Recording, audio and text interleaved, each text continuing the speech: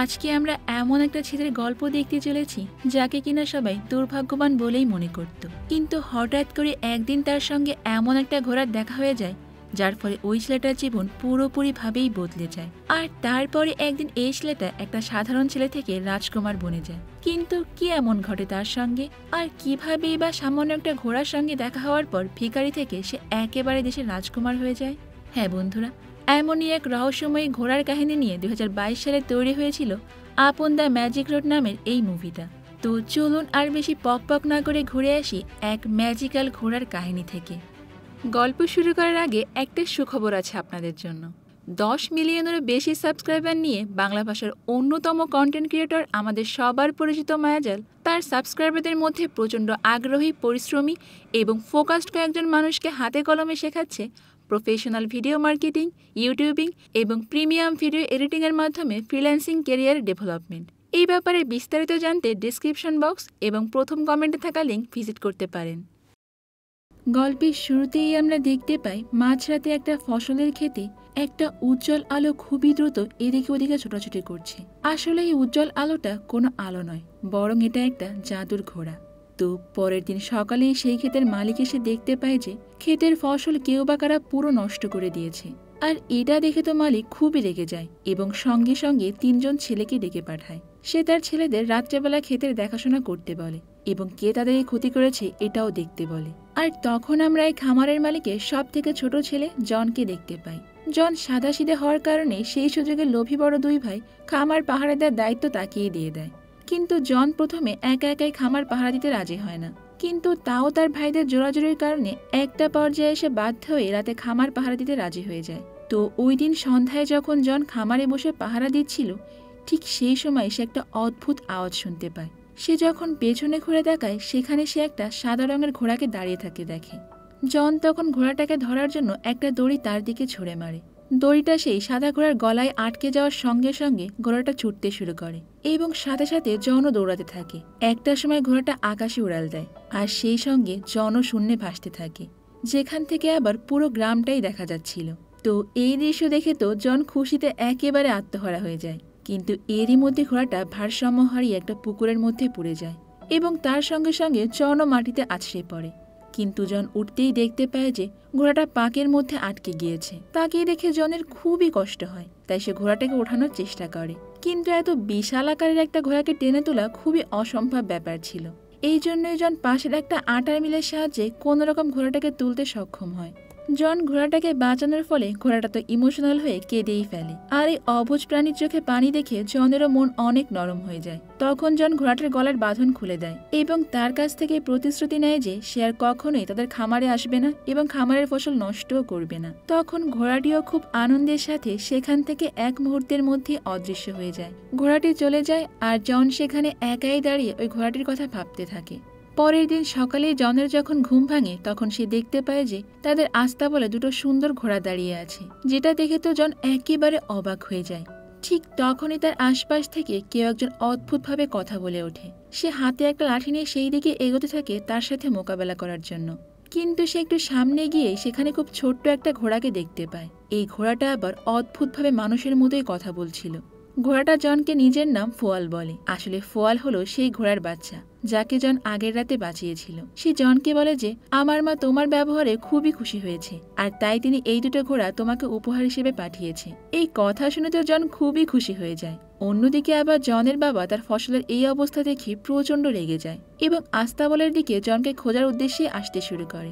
আর এটা বুঝতে পেরে জন আস্তাবলের পেছনের দরজা দিয়ে পালানোর সিদ্ধান্ত নেয়। আর এইটা দেখে ওই ঘোড়াটা জনকে তার পিঠেই চড়িয়ে নেয় আর তারপরে সে দ্রুত বেগে ছুটতে শুরু করে এবং কিছুক্ষণের মধ্যেই সেখান থেকে অনেকটা দূরে চলে আসে।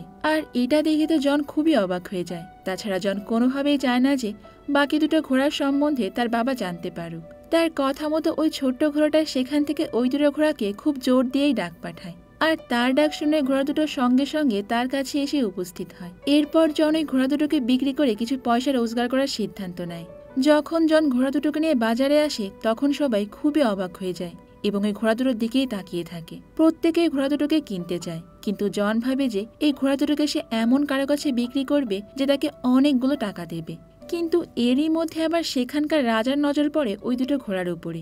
সে জনের ঘোড়া দুটোর দিকে অবাক হয়েই তাকিয়ে থাকে। তখন রাজার মন্ত্রী রাজাকে বলে যে ঘোড়া দুটো এই ছেলের কোনোভাবেই হতে পারে না, নিশ্চয়ই এই ছেলেটা ঘোড়া দুটোকে চুরি করে এনেছে। সেই জন্যই তারা জনের কাছ থেকে ঘোড়া দুটোকে ছিনিয়ে নেয়, কিন্তু তার বদলে তারা জনকে একটা টাকাও দেয় না। আর এতে তো জন বেচারার খুবই মন খারাপ হয়ে যায়। ঠিক তখনই ফোয়াল আবার খুব জোরে ওই ঘোড়া দুটোকে আওয়াজ দেয়। ওদিকে রাজা তো ওই ঘোড়া দুটোকে নিজের সঙ্গে নিয়ে যাচ্ছিল, আর এই ঘোড়া দুটো রাজার বগি টানছিল।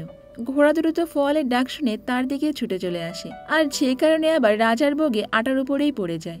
আর এর কারণে রাজার পুরো চেহারাটাই সাদা হয়ে যায়। কিন্তু রাজা তার প্রজাদের সামনে জনকে তেমন কিছুই বলে না, কারণ এতে তো জনের কোনো দোষ ছিল না। জন তখন সমস্ত প্রজাদের সামনে রাজাকে বলে যে তার ঘোড়া দুটোকে ন্যায্য দাম দিয়ে কিনতে হবে। তারপর রাজার মন্ত্রী রাজাকে ডেকে বলে যে আচ্ছা, জনকে আমরা আমাদের কাজে রেখে দিলে কেমন হয় বলুন তো, আর এতে করেই আমরা তার কাছ থেকে এই অপমানের বদলা নিতে পারবো। আর তারপরেই মন্ত্রীর কথা শুনে রাজা জনকে ঘোড়া দুটোকে দেখাশোনা করার কাজ দিয়ে দেয়। তখন জনও এই কাজের জন্য খুবই খুশি হয়ে রাজি হয়ে যায়। আর ধীরে ধীরে জনের পরিশ্রম এবং ভালো স্বভাবের জন্য রাজার সমস্ত প্রজারা রাজার থেকেও জনকে বেশি ভালোবাসতে শুরু করে, যেটা দেখে রাজার তো আবার সবসময় খুবই হিংসে হতো।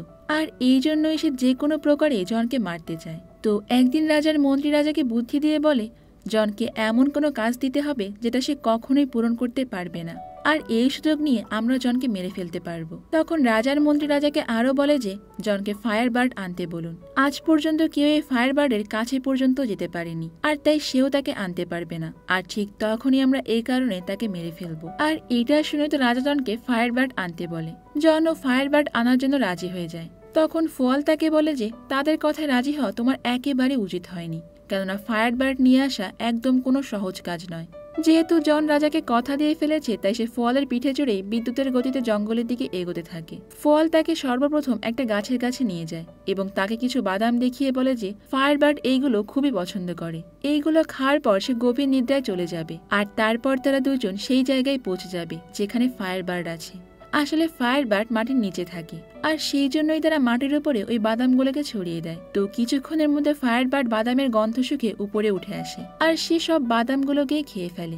কিন্তু ফায়ার বার্ড ঘুমানোর আগেই সে ওখানে জন এবং ফলকে দেখে ফেলে, তাই সে তাদেরকে অ্যাটাক করার অনেক চেষ্টা করে, আর যার ফলে তার আগুনের ঝলকানিতে চারিদিকে প্রচন্ড আগুন লেগে যায়। কিন্তু জন আর ফল কোনো রকম সেখান থেকে বেঁচে যায়। তবে এরই মধ্যে জন্দের আনা বাদাম খেয়ে ফায়ার বার্ডের আবার ঘুম চলে আসে, আর তাই সে সেখানেই ঘুমিয়ে পড়ে। আর এই সুযোগে জন পাখিটাকে শিকল দিয়ে বেঁধে ফেলে। তো পরের দিন সকালে ফায়ার বার্ডের ঘুম ভাঙার পরে সে দেখতে পায় যে তাকে দড়ি দিয়ে বেঁধে রাখা হয়েছে, আর এতে করে তো ফায়ার বার্ডের চোখে পানি চলে আসে। আর এটা দেখিয়ে জন বুঝতে পারে যে তাকে বেঁধে রাখার ফলে ফায়ার বার্ড তার সব শক্তি হারিয়ে দুর্বল হয়ে যাচ্ছে, হয়তো এভাবে আর কিছুক্ষণ থাকলে সে মারাও যেতে পারে। তাই এই ভেবে জনের খুবই দয়া হয় এবং সে ফায়ার বার্ডকে মুক্ত করে দেয়। ফায়ার বার্ড সেখান থেকে উড়ে চলে যায়, আর যাওয়ার সময় সে জনকে একটা পালক দিয়ে যায়। যেহেতু জন ফায়ার বার্ডকে ধরতে পারেনি, এই জন্য ফল আবার জনকে ওই দুষ্ট রাজার কাছে ফিরে যেতে নিষেধ করে। কিন্তু জন জানায় যে সে ফায়ার বার্ডের পালকটাকে প্রমাণ হিসেবে রাজার কাছে উপস্থাপন করবে, তাহলে তো নিশ্চয়ই রাজা বিশ্বাস করবে যে সে ফায়ার বার্ড ধরেছিল। তো এরপর জন রাজ্যে ফিরে এসে রাজাকে সমস্ত কাহিনী খুলে বলে এবং প্রমাণ হিসেবে তার সঙ্গে করিয়ে নিয়ে আসা ফায়ার বার্ডের পালকটা সবাইকেই দেখায়। কিন্তু এখানে রাজা জনের কোনো কথাই বিশ্বাস করে না, উল্টো রাজা আবার জনকে মৃত্যুদণ্ড দিয়ে দেয়। আর এরপরে রাজার কথা মতো জনকে মারার সমস্ত প্রস্তুতি নেওয়া হয়। কিন্তু জনকে মারার আগে সেখানে ফায়ার বার্ড চলে আসে, আর এতে করে রাজা এখন তাকে আর শাস্তি দিতে পারে না, কারণ এখন জনকে মারার জন্য তার কাছে আর কোনো কারণই নেই। তখন জনকে না মারতে পেরে রাজার তো মনে মনে অনেক বেশি রাগ উঠে যায়। তাই সে এখন ঠিক করে যে কোনো মূল্যে ফায়ার বার্ড এবং জন দুইজনকেই মেরে ফেলবে। আর এখানে আবার রাজার মন্ত্রী তাকে বরাবরের মতোই পরামর্শ দিতে বসে যায়। সে বলে যে জনকে বরফের দেশে রাজকুমারীকে নিয়ে আসতে বলুন, আমি জানি সে এটা কখনোই করতে পারবে না, তখন আমরা জনকে মেরে ফেলবো। আর সে যদি কোনোভাবে রাজকুমারীকে নিয়েও আসে তাহলে আপনি তাকে বিয়ে করে নেবেন। মানে মন্ত্রীদের মাথায় মনে হয় আসলে সব কুচুকরি বুদ্ধি থাকে, তারা সব সময় এরকম উল্টাপাল্টা বুদ্ধি রাজাদেরকে দিয়ে থাকে, তাই না? তো মন্ত্রীর এই আইডিয়া আবার রাজার বেশ পছন্দ হয়ে যায়। ও যে কথায় বলে না, এক ঢিলে দুই পাখি, মানে জন যদি রাজকুমারীকে নিয়ে আসতে না পারে তাহলে জন মরে যাবে, আর রাজকুমারীকে নিয়ে আসলে সে রাজকুমারীকে বিয়ে করে নেবে। কি বুদ্ধি এটেছে ভাই। যাই হোক, তো রাজা এরপরে জনকে আদেশ দেয় যে বরফের দেশে রাজকুমারীকে নিয়ে আসতে। আর এরপর ফাইনালি জন এবং ফল বরফের দেশে চলে আসে। সেখানে তারা রাজপ্রাসাদের সামনে একটা বিশাল বড় বরফের দরজা দেখতে পায়, কিন্তু তারা বুঝতে পারে না যে এই দরজাটা কিভাবে খুলবে। আর তখনই সেখানে ফায়ার ব্লাডের পালকটা এসে দরজার ভেতরে ঢুকে পড়ে আর সঙ্গে সঙ্গে সব বরফ গলে যায়। আর এতে করে ফল আবার ওই বরফের পানিতেই ভেসে যায় এবং একটা বরফের বাবলে আটকাও পড়ে যায়, কিন্তু সে কোনো রকম কষ্ট করে সেখান থেকে বেরোতে সক্ষম হয়। অন্যদিকে আবার জন রাজপ্রাসাদের ভেতরে প্রবেশ করে সে রাজকুমারীর দেখা পেয়ে যায়। জন রাজকুমারীকে বলে যে আমাদের রাজা আপনাকে বিয়ে করতে চায়। তখন রাজকুমারী বলে যে আমার আসল হিরো তো বেঁচেই নেই, তাই আমি আর কাউকে বিয়ে করতে চাই না। তোমাদের রাজা যদি বাহাদুর এবং হিরো হতো তাহলে সে নিজেই আমাকে নিতে আসতো। আর এটা বলে রাজকুমারী উপর থেকে নিচে লাফিয়ে পড়ে। তখন জন সঙ্গে সঙ্গে আবার রাজকুমারীকে বাঁচানোর জন্য নিজেও লাফিয়ে পড়ে। তবে তারা দুইজনই মাটিতে পড়ার আগে ফল সেখানে এসে তাদেরকে বাঁচিয়ে নেয়। তো ওই দিন রাতের বেলায় তাদের দুজনকে জঙ্গলে শুয়ে থাকতে দেখা যায়। আর এখানে আবার রাজকুমারী আবার জন একে অপরকে পছন্দ করতে শুরু করে। তো একটু পরে ফল সেখানে এসে জনকে বলে যে তোমার উচিত রাজকুমারীকে রেখে এখান থেকে পালিয়ে যাওয়া আর কোনোভাবে রাজপ্রাসাদে আর ফিরে না যাওয়া, কারণ রাজপ্রাসাদে ফিরে গেলেই রাজা তোমাকে মারার জন্য আবার নতুন কোনো প্ল্যান করবে। কিন্তু জন তো রাজাকে কথা দিয়ে এসেছে, তাই সে এখান থেকে কোনোভাবেই পালিয়ে যেতে চায় না। অন্যদিকে আবার রাজকুমার জনের এই সততা দেখে তার প্রতি আরও বেশি মুগ্ধ হয়ে যায়। তো পরের দিন সকালেই জন রাজকুমারীকে নিয়ে রাজমহলে ফিরে আসে। আর এবার রাজ্যের সব প্রজারাই জনকে এত বড় দুঃসাহসী কাজ করতে দেখে খুবই অবাক হয়ে যায়।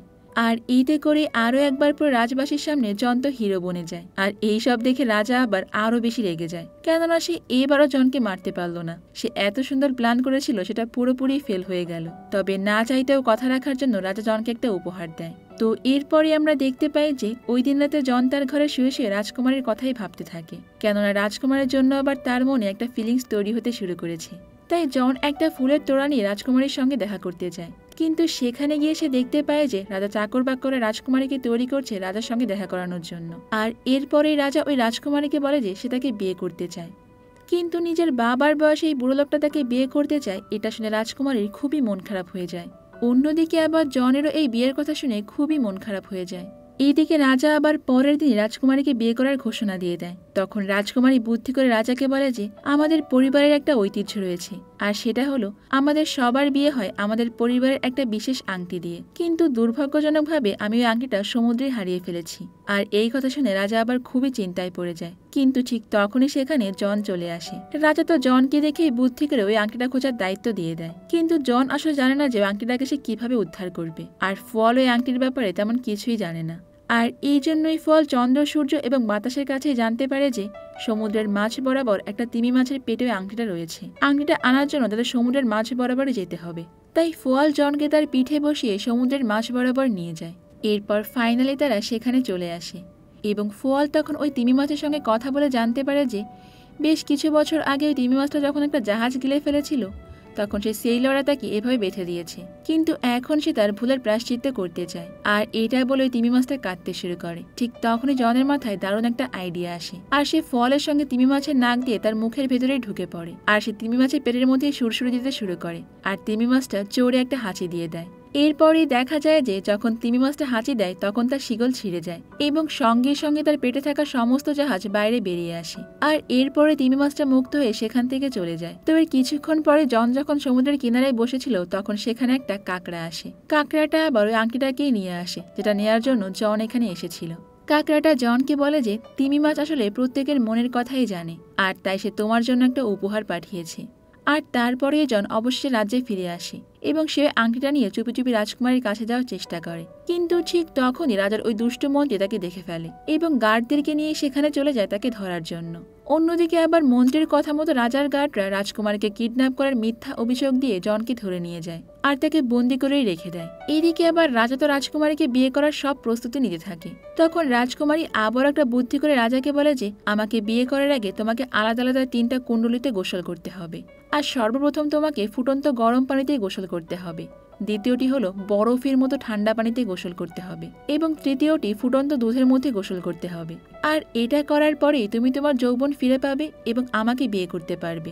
যদিও রাজকুমারী এখানে ঠিকঠাক প্ল্যানই করেছিল, কিন্তু এটা জনের জন্য আবার বিশাল বিপদ ডেকে আনে। কেননা তার কথা শুনে রাজার মন্ত্রী রাজাকে আইডিয়া দেয় যে সর্বপ্রথম এটা জনকে দিয়েই পরীক্ষা করানো দরকার। এবং তখন রাজকুমারী ফলকে চুপি চুপি ডেকে বলে যে জনকে বাঁচাতে হলে ফুটন্ত গরম পানিতে আংটিটা ফেলে দিতে হবে, আর দ্বিতীয়টিতে মানে যেখানে বরফের মতো ঠান্ডা পানি থাকবে সেখানে ফায়ার বার্ডের পালকটা দিয়ে দিতে হবে, এবং সব শেষটাতে লাইফ ডেথ বয় ফ্লাওয়ারটাকে দিতে হবে। আর এই ফুলটা দুনিয়ার একেবারে শেষ প্রান্তেই পাওয়া যায়, কিন্তু এই ফুলটা আনাটা অনেক কঠিন ব্যাপার, আর এতে করে তোমার প্রাণও যেতে পারে। একে তো ফল প্রথমে রাজার গুলিতে খুবই আহত ছিল, কিন্তু তারপরও সে তার বেস্ট ফ্রেন্ডকে বাঁচানোর জন্য ওই ফুল আনতে বিদ্যুতের গতিতেই পৃথিবীর শেষ প্রান্তে চলে যায়, আর অবশেষে সে ওই ফুলটাও পেয়ে যায়। কিন্তু সে জানতে পারে যে এই ফুল যেই তুলবে সেই মারা যাবে। তখন ফল নিজের জীবনের পরোয়া না করে জনকে বাঁচানোর জন্য ওই ফুলই তুলে নেয়। আর তারপরে রাজা সবার সামনে জনকে নিয়ে এসে বলে যদি এই 3টা পরীক্ষায় তুমি পাশ করো তাহলে তোমাকে ছেড়ে দেওয়া হবে। তো এরপর রাজা সবার সামনে জনকে ধাক্কা দিয়ে সে ফুটন্ত গরম পানির মধ্যে ফেলে দেয়, আর তখন রাজকুমারী তার আংটিটাই ফুটন্ত গরম পানিতে ফেলে দেয়। আর এর ফলে জন ওখান থেকে বেঁচে দ্বিতীয়টার মধ্যে পড়ে যায়, যেটাতে আবার বরফের মতো ঠান্ডা পানি রয়েছে। আর ঠিক তখনই ফায়ারবার্ড উড়ে এসে কুণ্ডলীর মধ্যে পড়ে, আর এতে করে জনের এবারও প্রাণ বেঁচে যায়। আর এরপর সেও তৃতীয় কুণ্ডে পড়ে যায়, যেটাতে আবার ফুটন্ত দুধ রয়েছে। আর এখানে বেশ খানিকক্ষণ সময় জন ওই কুণ্ডের মধ্যেই থাকে, কিন্তু ঠিক তখনই সেখানে ফল চলে আসে এবং লাইফ ডেথের ফুলটাকে কুণ্ডলের মধ্যে দিয়ে দেয়। আর এরপরে জন সেখান থেকে পুরোপুরি একজন রাজকুমারের সাজেই বেরিয়ে আসে। তো এটা দেখে তো ওই রাজকুমারী আবার খুবই অবাক হয়ে যায়। এদিকে রাজা এই দৃশ্য দেখে তো হিংসায় জ্বলে পড়ে একেবারে শেষ হয়ে যায়। সেও জনের মতো যৌবন ফিরে পেতে চায়, আর তাই সে লোভ সামলাতে না পেরে ওই ফুটন্ত পানির মধ্যেই লাফিয়ে পড়ে। আর কিছুক্ষণের মধ্যেই সে একটা বাবলের মধ্যেই বন্দী হয়ে উপরে উঠে আসে। ওই বাবলটা আবার রাজাকে সঙ্গে করে এখান থেকে অনেক দূরে নিয়ে যায়। আর এটা দেখেই তো সব প্রজারা খুবই খুশি হয়ে যায়, কারণ তারা আসলে কেউই রাজাকে একটুও পছন্দ করতো না। ঠিক তখনই আবার লক্ষ্য করা যায় যে আশেপাশের কোথাও ফল নেই। ফলকে তারা খুঁজতে শুরু করে, আর একটু পরে তারা তাকে পেয়েও যায়। আর এরপরে আমরাও ফলকে দেখতে পাই। আসলে ফল মনে করেছিল যে সে হয়তো মারা যাবে। তখন রাজকুমারী এসে তাকে বলে যে আরে বোকা, তুমি মারা যাবে না, এটা আসলে তোমার একটা পরীক্ষা ছিল, আর তুমি এই পরীক্ষায় খুব ভালোভাবেই পাশ করে গিয়েছো। বরং তুমি যদি ওই ফুলটা না তুলে ওখান থেকে চলে আসতে তাহলে তুমি মারা যেতে। আর এটা শুনে জন এবং ফল তো অনেক খুশি হয়ে যে একে অপরকে জড়িয়ে ধরে। আর অবশেষে আমরা দেখতে পাই যে ওই রাজ্যের সব প্রজারাই জয়ধ্বনি দিয়ে বলতে থাকে যে তারা জনকেই তাদের নতুন রাজা হিসেবে দেখতে চায়। এবং অনেক ভাবনা চিন্তার ফলে জন ফাইনালি প্রজাদের এই সিদ্ধান্ত মেনে নেয় এবং রাজ্যের দায়িত্বভার নিজের কাঁধে নিয়ে নেয়। আর এরকমই একটা সুন্দর এবং হ্যাপি এন্ডিং দৃশ্যের মাধ্যমে আমাদের আজকের গল্পটা এখানেই শেষ হয়ে যায়। আল্লাহ হাফিজ।